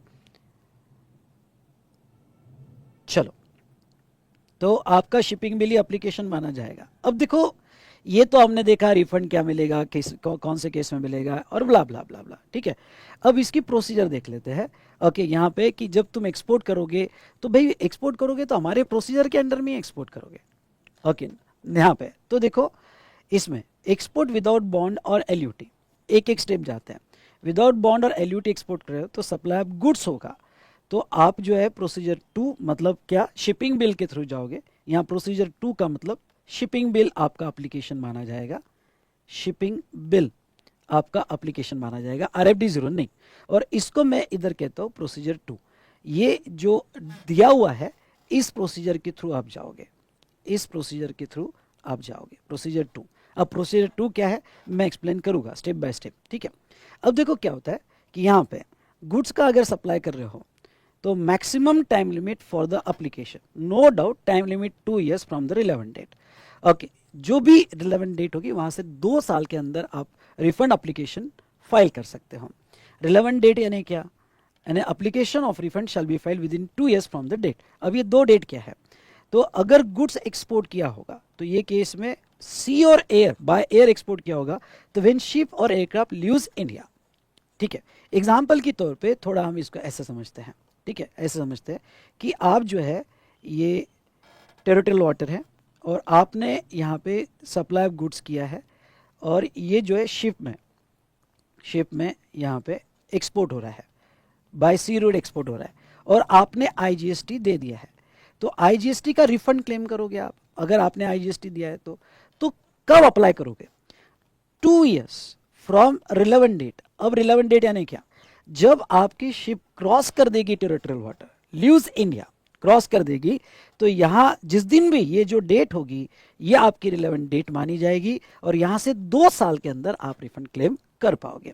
ठीक है, तो ये था regarding to 2 years from the relevant date. Land route से जा रहा होगा तो when goods pass the frontiers of India, okay, pass the frontiers, okay, और पोस्ट होगा तो डिस्पैच ऑफ गुड्स, जिस दिन पोस्ट डिपार्टमेंट डिस्पैच कर देगा। अगर आप सर्विस एक्सपोर्ट कर रहे हो और प्रोसीजर 1, हाँ, जब आप सर्विस एक्सपोर्ट कर रहे हो तो ऐसे सिचुएशन में सप्लाई ऑफ सर्विस होगा तो जिसका आईजीएसटी आप दे रहे हो तो no doubt 2 years from relevant date. लेकिन सर्विस के केस में रिलेवेंट डेट यानी क्या, ध्यान रखना, सर्विस के केस में relevant date amount received after supply, date of receipt of convertible foreign exchange और Indian rupees permitted by RBI, और एडवांस रिसीव होगा तो डेट ऑफ इनवॉइस। थोड़ा इस बात को समझ लो, हम केस 1 लेते हैं और केस 2 लेते हैं। ठीक है, अब केस 1 क्या कहता है कि अगर आप सर्विसेज इंडिया से एक्सपोर्ट कर रहे हो तो आपने सर्विस पहले दे दी, सर्विस सप्लाइड, पहले सप्लाइड हो गई सर्विस, ठीक है, and thereafter amount received, बाद में आफ्टर अमाउंट रिसीव्ड हुआ, तो जब आपको अमाउंट रिसीव्ड हुआ यहां से जिस दिन रिसीव हुआ, date of receipt of foreign exchange या इंडियन रुपीज, तो जब रिसीव हुआ वहां से 2 years में आप रिफंड क्लेम करो। जब पैसा आएगा उसके बाद 2 साल में एप्लीकेशन फाइल करो। केस 1। केस 2 क्या है? केस 2 है कि आपको पैसा पहले आ गया, आपको एडवांस मिल गया, सर्विस का एडवांस मिल गया आपको, और बाद में आपने सर्विस एक्सपोर्ट की। तो अगर आपको एडवांस मिला होगा तो ऐसे केस में जिस दिन इनवॉइस बनेगा, एडवांस पे नहीं, जिस दिन इनवॉइस बनेगा वहां से 2 years लिए जाएंगे। इनवॉइस से 2 years में अप्लाई करो। तो देखो, अगर आपने एक्सपोर्ट कर दिया, इनवॉइस बना लिया, तो जिस दिन पैसा आएगा वहां से 2 years में क्लेम करो। और अगर आपको एडवांस आ गया तो फिर एडवांस पे नहीं, जिस दिन इनवॉइस बनाओगे, ओके, वहां से 2 years में क्लेम करो। डन। तो ये था रिगार्डिंग टू यहां पे जहां तक है सर्विसेज से रिलेटेड। अब देखो, डॉक्ट्रिन ऑफ अनजस्ट एनरिचमेंट नहीं अप्लीकेबल है, डायरेक्ट रिफंड मिल जाएगा। ओके, उसके बाद में एप्लीकेशन फॉर्म शिपिंग बिल में जाएगा। हाँ, अब ये ध्यान में रखना, ये एक एक्सेप्शन है, ये एक्सेप्शन है कि अगर आप आईजीएसटी का रिफंड क्लेम करने वाले हो, जो आईजीएसटी आपने दिया और आपका सप्लाई गुड्स का है, सुनिएगा, आपका सप्लाई गुड्स का है, तो इसके लिए सेपरेट RFD 01 फाइल नहीं करना पड़ता। ओके, इसमें आपका शिपिंग बिल ही एप्लीकेशन माना जाता है। अब देखो, मैं हर वो चीज पढ़ा रहा हूं जो हमारे मटेरियल में है, रूल के साथ रिवाइज करवा रहा हूं। ओके, यहाँ पे अब देखो, इसमें रिवीजन में बहुत सी कटशट हो सकती है। ओके, आपको लग सकता है कि भाई बहुत ज्यादा थ्योरी हो रही है, पर हमें कवरेज सब कुछ करना है। अगर आपको समझ में आ रही है बात तो बेटा इस पे क्वेश्चन आ गया तो मार्क्स मिल जाएंगे हमें। ओके, मार्क्स मिल जाएंगे, कुछ छूटा नहीं। ओके, आपको फुलफिल लगेगा कि everything is covered.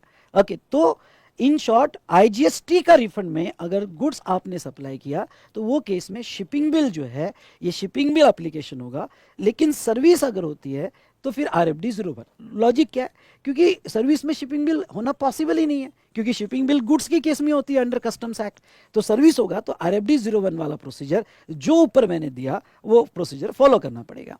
Amount of refund जो आईजीएसटी ऑन आउटवर्ड सप्लाई, ख्याल रखना, IGST on outward supply including ITC, मतलब टोटल 12 लाख का आपको रिफंड मिलेगा। डॉक्यूमेंट्स क्या है? तो लिस्ट मैंने यहाँ पे दी है, ये डॉक्यूमेंट्स आप रीड कर सकते हो, ये डॉक्यूमेंट्स आप रीड कर सकते हो। नाउ इस बार की एक अमेंडमेंट है, और वो अमेंडमेंट क्या, अगर आपका सप्लाई ऑफ गुड्स होगा, थोड़ा ये अमेंडमेंट मैंने अमेंडमेंट में बहुत अच्छे से पढ़ा है, पर ये समझ लो आपका सप्लाई ऑफ गुड्स होगा, आपने ओरिजिनली गुड्स सप्लाई किया होगा, कोई एक्सपोर्टर है और वो एक्सपोर्टर इंडिया के बाहर गुड सप्लाई कर रहा है, ठीक है, ओरिजिनल इनवॉइस निकल गया, ओरिजिनल इनवॉइस निकल गया, ठीक है, उसके बाद में यहां पे वैल्यू, ओरिजिनल इनवॉइस की वैल्यू 1 लाख रुपीस थी। डन।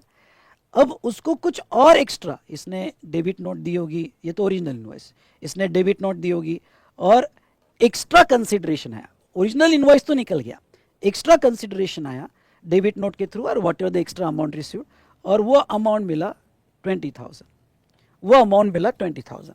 तो तो ये 20,000 का, जैसे ओरिजिनल पे आपने क्या किया था, ओरिजिनल पे आपने पहले आईजीएसटी दे दिया था और बाद में उसका रिफंड क्लेम किया था, बाद में उसका रिफंड क्लेम किया था। नो डाउट ये गुड्स था, इसलिए शिपिंग बिल ही आपका डॉक्यूमेंट माना गया था और शिपिंग बिल में ही वही आपका एप्लीकेशन माना गया था और उसमें आपने रिफंड क्लेम किया था। लेकिन अगर ये एडिशनल वैल्यू मिलती है, ये एडिशनल वैल्यू मिलती है, आपने डेबिट नोट भेजा, एडिशनल वैल्यू मिला, तो पुराने इसमें इसके लिए प्रोसीजर क्या फॉलो करना बड़ा कंफ्यूजन था। अब उन्होंने यहाँ पे बाय नोटिफिकेशन रूल भी अमेंड किया और इसकी पूरी सर्कुलर में प्रोसीजर दिए जो हमने अमेंडमेंट में कवर की थी, ठीक है। तो अब यहाँ पे इस पे जो भी एक्स्ट्रा आईजीएसटी आएगा एडिशनल, ये भी आपको देना पड़ेगा। फर्स्ट यू हैव टू पे ऑन दैट एडिशनल अमाउंट और बाद में रिफंड क्लेम करना पड़ेगा, बाद में रिफंड क्लेम करना पड़ेगा, तो इसका भी रिफंड आपको मिल जाएगा। अब ये जो है, क्योंकि जो ओरिजिनल इनवॉइस की मेथड थी वो इसकी मेथड रहेगी, पे the IGST and claim the refund. लेकिन अब ये रिफंड जो है इसका एप्लीकेशन किस में दे भाई, ये एप्लीकेशन किस में दे ये रिफंड का? तो गवर्नमेंट कहती है कि एप्लीकेशन, अब तो गुड्स जाने वाला नहीं है, गुड्स तो ऑलरेडी जा चुका है, उसकी शिपिंग बिल तो फाइल हो गई थी पहले ही, ओके, ये तो एडिशनल मिला, इस एडिशनल अमाउंट में कोई गुड्स तो सप्लाई नहीं हो रहा है, तो फिर इसका एप्लीकेशन आरएफडी 01 में जाएगा, आरएफडी 01 में जाएगा इसका एप्लीकेशन, इसका शिपिंग बिल नहीं जाएगा, ठीक है। तो अब एक केस में यहां पे समझ लो,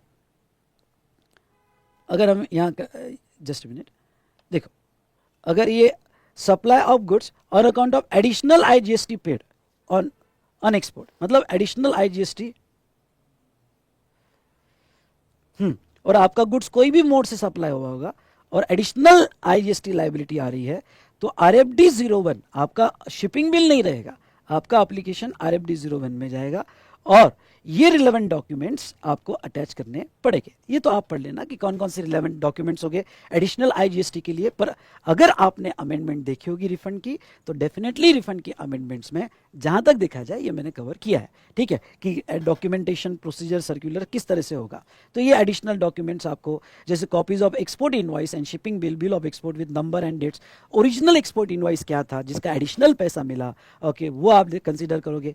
copies of bank realisation of inward remittance certificate number and dates, details of any refund previously granted under 9, previously एक रिफंड मिला हुआ है, ओके, ओरिजिनल आपने गुड्स एक्सपोर्ट किया था उसका रिफंड आपको मिला हुआ है, उसकी कॉपी अटैच करनी पड़ेगी। कोई डेबिट नोट इशू की होगी या एडिशनल इनवॉइस इशू किया था उसका कॉपी अटैच करना पड़ेगा। Proof of additional IGST payment, आपने एडिशनल आईजीएसटी पेमेंट किया उसका प्रूफ, पैसा मिला वो उसके साथ सीएसीएमए का सर्टिफिकेट ऑफ रेमिटेंस वो देना पड़ेगा। कॉपीज ऑफ कॉन्ट्रैक्ट की एडिशनल क्यों मिला, क्या कॉन्ट्रैक्ट में था, ये सारे डॉक्यूमेंट्स आपको अटैच करने पड़ेंगे। तो ये थोड़ा एडिशनल वाला पार्ट अमेंडमेंट्स में अच्छे से पढ़ के जाना, आईजीएसटी एडिशनल वाला, कोई ना कुछ क्वेश्चन इसके 2 या 3 मार्क का आ सकता है, ठीक है। तो अमेंडमेंट्स नोट्स में मैंने बहुत अच्छे से उसको एक्सप्लेन किया हुआ है और यहाँ पे भी मैंने समराइज फॉर्म में कवर कर लिया है, ठीक है। तो ये था रिगार्डिंग टू यहाँ पे एक्सपोर्ट। अब आ जाओ आप जो है रूल 96, अब यहाँ पे जो है ये रूल 96A, रूल 96 और रूल 96B, ये प्रोसीजर है। देखो इसको सिंपल वे में मैं बता देता हूँ, इसका फ्लो मैं बता देता हूँ, बाकी प्रोसीजर आपने पढ़ लेना, ठीक है। तो ये प्रोसीजर पे कभी कभी छोटे छोटे 1-2 मार्क के क्वेश्चन आ सकते हैं या एमसीक्यू में पूछा जा सकता है। इसमें मैं अगर आपको कहूँ तो 96A पे क्वेश्चन आया है और 96B पे क्वेश्चन आया है। रूल 96 में अभी जस्ट वो अपवर्ड रिवीजन ऑफ प्राइस पे, उस पे क्वेश्चन आने के चांसेस है। तो चलो इसको मैं आपको पहले फ्लो में बता देता हूँ, फिर ये प्रोसीजर आप आराम से और अच्छे से रीड कर सकते हो। तो दोस्तों यहाँ पे मैं एक बार फ्लो जो मैंने ऑलरेडी एक्सप्लेन किया है वो फ्लो आपको बताना चाहता हूँ। मैं 2 सिचुएशन लेना चाहता हूँ। पहली सिचुएशन, आप एक्सपोर्ट अंडर बॉन्ड या एलयूटी कर रहे हो, मतलब क्या, मतलब आप without payment of IGST, without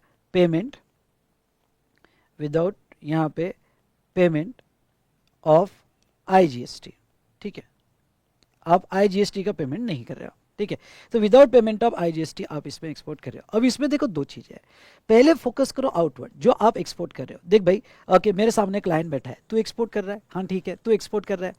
तो अभी हम एक एक बात पे फोकस करेंगे। तो आउटवर्ड एक्सपोर्ट करेगा अंडर बॉन्ड या एलयूटी, और तेरे इनवर्ड का क्या होगा, थोड़ा एक बार फिर से समझ ले। देख, तू अगर आउटवर्ड एक्सपोर्ट करेगा तो क्लाइंट क्या पूछ रहा है, क्लाइंट बोल रहा है कि सर इसके ऊपर मुझे टैक्स देना पड़ेगा कि नहीं, तूने बॉन्ड दिया हुआ है, तूने बॉन्ड दिया हुआ है या एलयूटी दिया है, तो no GST payable on outward supply, तुझे इसके ऊपर कोई टैक्स नहीं देना है। तो क्लाइंट कह रहा है अच्छा चलो बल्ले बल्ले, सिर्फ बॉन्ड दे दूं सर, हाँ एलयूटी दे दूं, हाँ तुझे आउटवर्ड टैक्स नहीं देना है। तो यहाँ पे ये बात तो क्लियर हो गई। अब इसके रिलेटेड 96A लगता है, जो अभी हमने चार्ट में पहला पार्ट, ओके यहाँ पे अगर देखोगे तो ये जो है अंडर बॉन्ड और एलयूटी 96A, तो कुछ 96A क्या कवर करता है, कुछ इंपॉर्टेंट पॉइंट्स। 96A कहता है देख यार, तूने हमें आउटवर्ड पे कोई जीएसटी नहीं दिया, हमने तेरे पे भरोसा किया हुआ है, तूने बॉन्ड दिया है, बॉन्ड तो एक कागज है, कागज का टुकड़ा है, तूने साइन करके दिया है कि मैं एक्सपोर्ट करूंगा, ये एक विश्वास का टुकड़ा है, तेरे पे हम विश्वास कर रहे हैं, तो ये विश्वास का टुकड़ा है, ठीक है तू टैक्स नहीं दे रहा, हमें कोई दिक्कत नहीं। पर यार कुछ ऐसा मत करना कि तू एक्सपोर्ट कभी भी 5 साल बाद 10 साल बाद ऐसा कभी भी कर सकता है, ऐसा मत करना ना भाई। ओके उसकी कुछ टाइम लिमिट तो होनी चाहिए ना, ओके कुछ टाइम लिमिट में एक्सपोर्ट कर देना, नहीं तो ऐसा हो जाएगा हमारे से टैक्स का तूने बेनिफिट तो ले लिया और भाई साहब एक्सपोर्ट ही नहीं किया, इंडिया में गायब कर दिया और हमको बता रहा है कि करेंगे करेंगे करेंगे, क्या एक्सपोर्ट करेंगे, ऐसा नहीं होना चाहिए ना। तो टाइम लिमिट दी है, time limit of export rule 96 में दी है, तो पहला point time limit of export दी है। और अगर आप चार्ट बुक में आओगे तो ये टाइम लिमिट ऑफ एक्सपोर्ट यहाँ पे दी है, ये टाइम लिमिट हमें यहाँ से पढ़ना है। तो टाइम लिमिट क्या है, वहां तो मैंने जस्ट एक फ्लो बताया पॉइंट्स का और एक कनेक्टिविटी आपको बता रहा हूँ। टाइम लिमिट क्या होगी, तो वो कहते हैं कि रजिस्टर्ड पर्सन जो बॉन्ड और एलयूटी में अपने आप को बाइंड करेगा उसकी टाइम लिमिट होगी अगर सप्लाई ऑफ गुड्स होगा, देखो बॉक्स करो, अगर सप्लाई ऑफ गुड्स होगा तो ऐसे केस में within 15 days after 3 months और extended period allowed by the commissioner, 3 months from invoice. Okay तो टाइम लिमिट क्या है, अब देखो वर्डिंग देखो यहाँ क्या है कि आरपी शैल फर्निश बॉन्ड और LUT in prescribe form binding to pay tax and interest, मतलब वो बोल रहा है कि मैं बाइंड हो रहा हूं आपसे टैक्स और इंटरेस्ट देने में। अगर इनवॉइस की डेट से, आई रिपीट, जब इनवॉइस बनाया गया, समझ लो ये ट्रक यहाँ पे और इसका इनवॉइस बनाया गया, तो इनवॉइस की डेट से 3 मंथ्स में, अगर 3 मंथ्स में मैं एक्सपोर्ट नहीं कर पाया इनवॉइस की डेट से, तो मैं आपको जो है 15 दिन के अंदर अंदर, ओके जो मैंने यहाँ पे जीएसटी नहीं दिया, जो मैंने जीएसटी नहीं दिया और आपको एक बॉन्ड देके वादा किया था और जीएसटी नहीं दिया, वो 15 दिन के अंदर अंदर मैं आपको जीएसटी दे दूंगा, उसका ये बॉन्ड होता है, उसका ये एलयूटी होता है। अच्छा 15 डेज कब से, आफ्टर 3 मंथ्स या एक्सटेंडेड पीरियड, अगर एक्सटेंडेड पीरियड होगा 3 मंथ्स, यानी इनवॉइस की डेट से 3 मंथ्स और 3 मंथ के बाद अगर 3 मंथ्स में एक्सपोर्ट नहीं कर पाया तो वो 15 डेज में आपको जो है पैसा प्लस इंटरेस्ट उसका वापस करेगा। ओके तो अगर यहाँ पे वो टाइम लिमिट, मैंने जस्ट फ्लो लिखा है यहाँ पे, तो टाइम लिमिट हमारी खत्म हो गई कि ये टाइम लिमिट में ओके वो एक्सपोर्ट नहीं करेगा तो आपको जो है। और सर्विस का क्या बोलते हैं, ये तो गुड्स का हुआ, सर्विस के लिए उन्होंने पेमेंट क्राइटेरिया रखा है, ये बॉक्स करना, सर्विस के लिए उन्होंने पेमेंट क्राइटेरिया रखा हुआ है। और क्या, pay taxes within 15 days after 1 year और as allowed under FEMA including extension from the invoice day. अगर इनवॉइस के 1 साल के अंदर पेमेंट नहीं मिला, इनवॉइस के 1 साल के अंदर पेमेंट नहीं मिला, गुड्स के लिए फिजिकल एक्सपोर्ट क्राइटेरिया है और सर्विस के लिए पेमेंट क्राइटेरिया है कि अगर तुमने कोई सर्विस एक्सपोर्ट की होगी तो ठीक है, एक्सपोर्ट जब की होगी तब की होगी जब उसका इनवॉइस बना है, वहां से 1 साल के अंदर पेमेंट आ जाना चाहिए।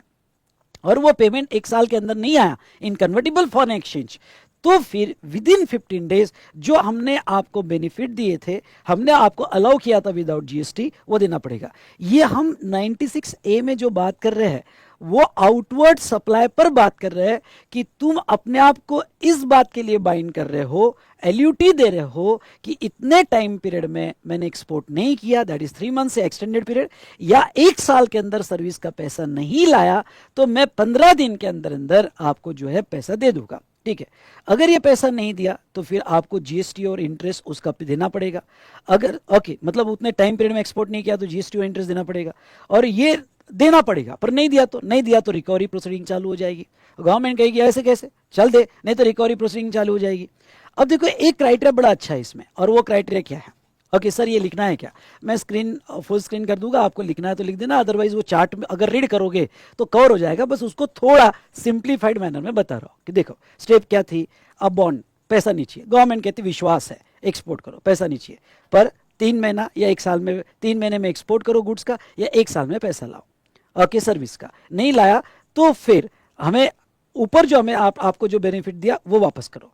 नहीं करोगे तो हम रिकवरी चालू करेंगे, नहीं करेंगे तो हम रिकवरी चालू करेंगे। लेकिन अगर आपने पैसा, अब देखो आपने क्या हुआ कि आपने दे दिया, आप भी बड़े ऑनेस्ट हो, और कि 3 महीने में एक्सपोर्ट नहीं कर पाए, 1 साल में पैसा नहीं ला पाए, तो आपने 15 दिन के अंदर गवर्नमेंट को दे दिया, चलो भाई ये रहा जीएसटी।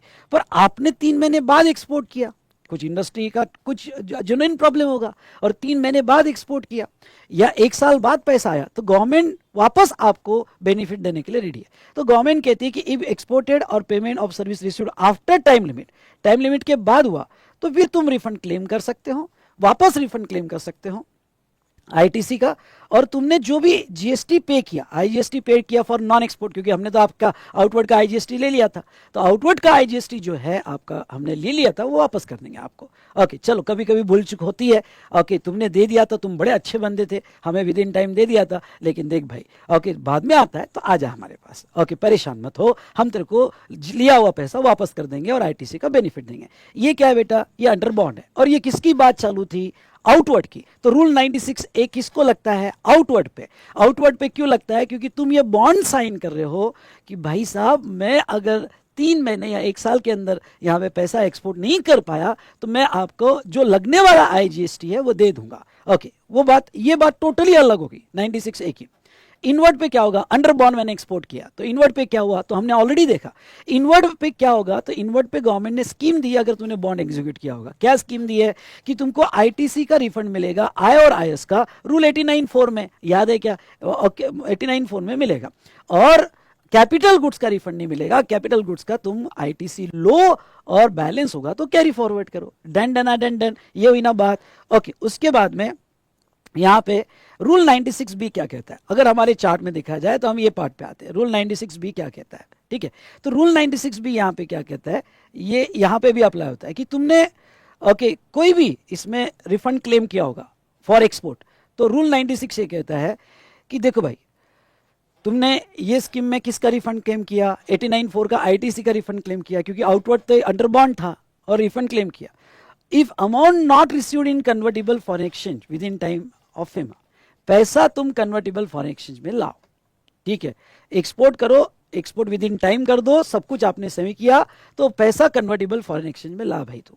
अगर FEMA के टाइम पीरियड में या एक्सटेंडेड टाइम पीरियड में तूने पैसा कन्वर्टेबल फॉरेन एक्सचेंज में नहीं लिया, क्योंकि हमने एक्सपोर्ट के बेनिफिट ही दिए इसलिए, क्योंकि तू एक्सपोर्ट करे भाई, ओके पैसा कन्वर्टेबल फॉरेन एक्सचेंज में लाएगा, इंडिया की ग्रोथ करेगा, पर तूने नहीं लाया, तो जो तूने ये आईटीसी का रिफंड लिया था हमारे से, वो तू वापस करेगा विथ इंटरेस्ट, वापस करेगा विथ इंटरेस्ट। ओके नहीं किया तो हम रिकवरी करेंगे, पर इसमें भी और रियायत, ठीक है। तूने FEMA के टाइम पीरियड के हिसाब से नहीं लाया, तो अभी चल वो आईटीसी का रिफंड, वो जो रूल 89(4) में फॉर्मूला लगा के हमारे से लिया था प्रोपोर्शनल ट्रीट, चल वापस कर विथ इंटरेस्ट, चलो वापस कर with interest.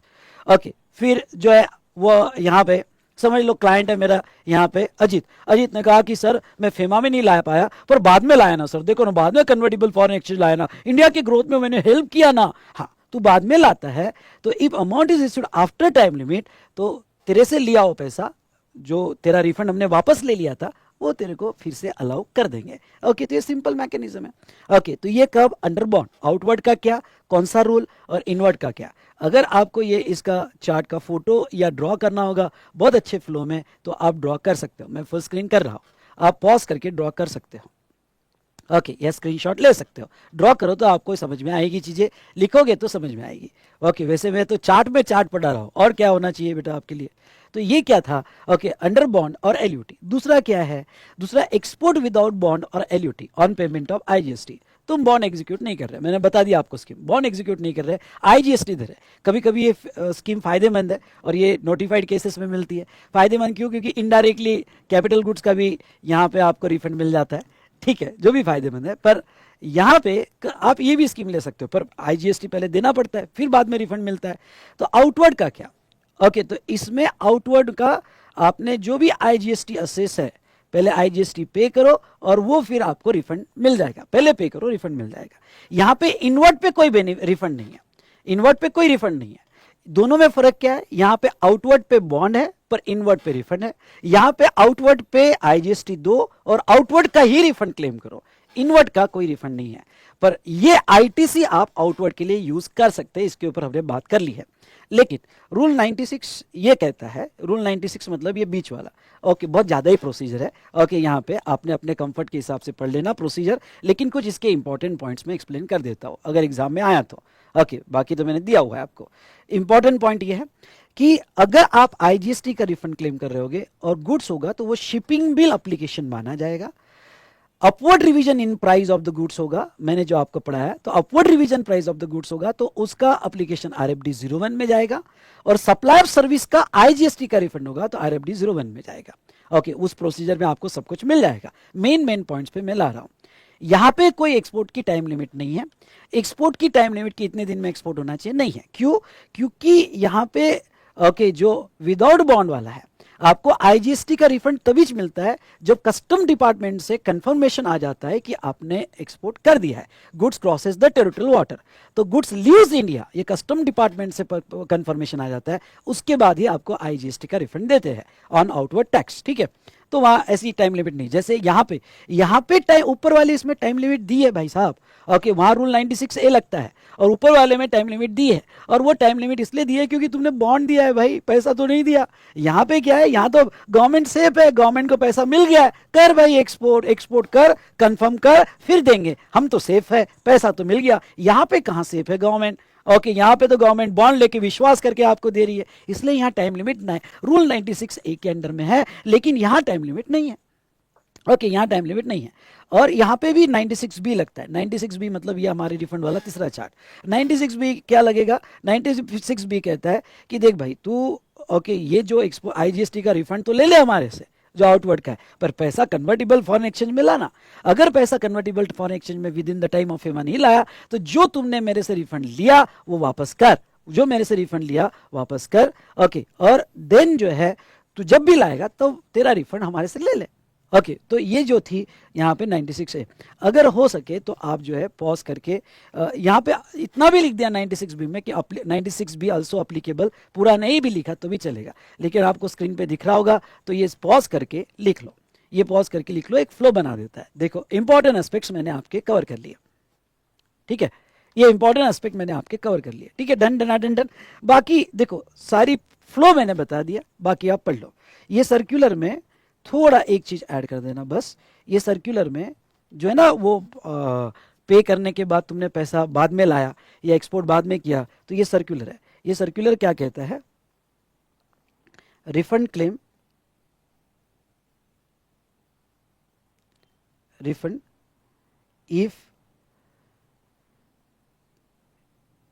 export after time period, इतना लिख दो, if export after time period.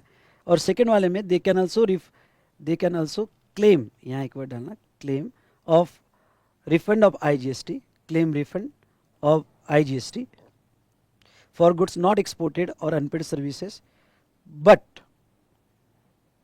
but exported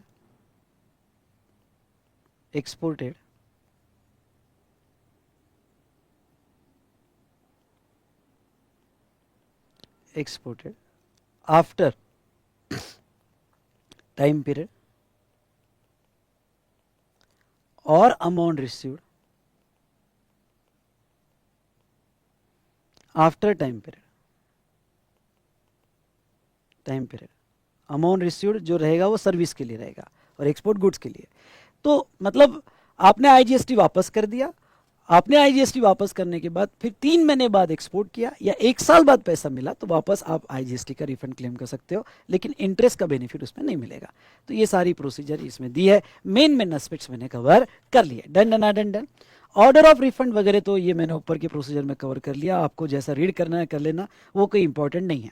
अब ये लास्ट पेज पे मैं आपका ध्यान सेक्शन 56 पे लाना चाहूँगा। सेक्शन 56 क्या कहता है? Interest on delay refund. हाँ ये हमने ये वाला पॉइंट भी यहाँ देख लिया है पहले वाले चार्ट में, और बस उसको अरेंज करना है, इसके क्वेश्चन सॉल्व करके जाना। क्या देखा है?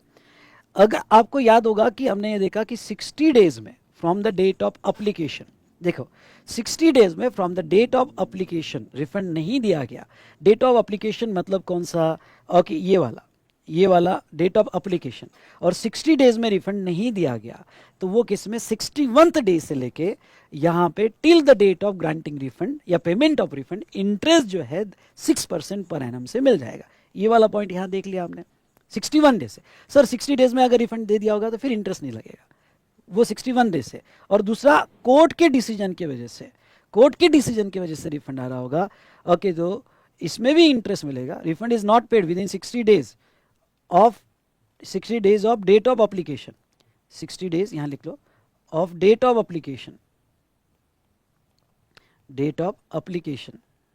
तो 61th डे से, okay, 61 day from the date नीचे दिया डेट ऑफ अप्लीकेशन, तो till the date of refund मिल जाएगा। पर ये कोर्ट के ऑर्डर से, और रेट ऑफ इंटरेस्ट है 9% पर एनम रहेगा। Done done done done. Okay, उसके बाद में यहाँ पे ये जो है बाकी सारी तो मैंने कवर कर ली, विथ होल्डिंग ऑफ रिफंड वगैरह जो यहाँ दिया है। ओके, बाकी प्रोसीजर आपने अपने हिसाब से पढ़ लेना, ठीक है।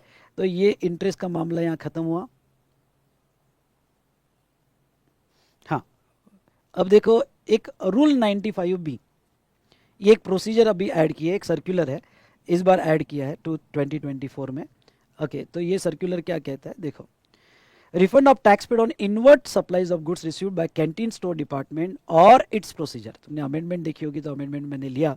ओके, देखो, CSD can claim 50% of CGST refund on goods for unit run canteen, मतलब 50% ऑफ CGST नहीं, 50% ऑफ GST रिफंड कर दो वहाँ पे, CGST नहीं, करेक्शन कर लो, GST रिफंड। तो कैंटीन स्टोर डिपार्टमेंट है डिफेंस की कैंटीन, डिफेंस की कैंटीन को अगर आपने दिया तो आप, ओके, यहाँ पे जो डिफेंस की कैंटीन है, जो भी उसने इंडिया से परचेस किए, तो परचेस पे जो GST लग के आया है उसका 50% रिफंड क्लेम कर सकते हैं। ओके, और ये क्वार्टरली फाइल करेंगे और RFD 10A में फाइल करेंगे। कंडीशंस क्या है? कंडीशन है कि रजिस्टर्ड सप्लायर से टैक्स इनवॉइस में इन्होंने परचेस करना चाहिए और आपके सप्लायर ने GST R1 और 3B में अपडेट कर देना चाहिए। ओके, और invoice must include CSD name, CSD का नाम, GST नंबर वगैरह सब कुछ होना चाहिए, और बाकी ये प्रोसीजर दी है। ओके, तो इसके ऊपर अगर क्वेश्चन आया तो आ सकता है। ये CSD का इन्होंने स्पेशली यहाँ पे पूरी प्रोसीजर दी है और 50% का बेनिफिट दिया हुआ है। और इधर अपवर्ड एडिशनल रिवीजन पे एक सर्कुलर है, तो upward additional revision of IGST जो हमने ऊपर देखा था, ओके, एक्सपोर्ट करने के बाद में प्राइस रिवीजन हुआ, तो ये प्रोसीजर यहाँ पे इन्होंने दिया है। ओके, तो ये procedure, most of the procedure हमने ऊपर कवर कर लिया है और ये डॉक्यूमेंटेशन हमने ऊपर कवर कर लिया है। तो इस तरह से सारा रिफंड का इंपॉर्टेंट एस्पेक्ट्स हमारा हो गया है, ठीक है, हो गया है। आई होप ये रिवीजन आपको हेल्प की होगी, यस और नो, ये रिवीजन आपको हेल्प किया होगा। सारी कनेक्टिविटी हमने लगाई है, सारे इंपॉर्टेंट एस्पेक्ट्स हमने रिफंड के कंप्लीट किए हैं। सो दोस्तों, यहाँ पे अगर आपको अच्छा लगे तो लाइक कीजिएगा, कमेंट दीजिएगा और ये ज़्यादा से ज़्यादा शेयर कीजिएगा। Okay, done done done done. तो मिलते हैं नेक्स्ट सेशन में, पर फिर से कहता हूँ, क्वेश्चंस बैंक के क्वेश्चन सॉल्व कर लेना। जो भी 89 4A 4B के इम्पैक्ट हुए हैं मैंने आपको बहुत अच्छे से एक्सप्लेन किए हैं, उतना पोर्शन अमेंडमेंट का आपने देख लेना और क्वेश्चन बैंक के क्वेश्चंस अभी सॉल्व कर लेना, तो आपका सब कुछ कवर हो जाएगा। डन, चलिए।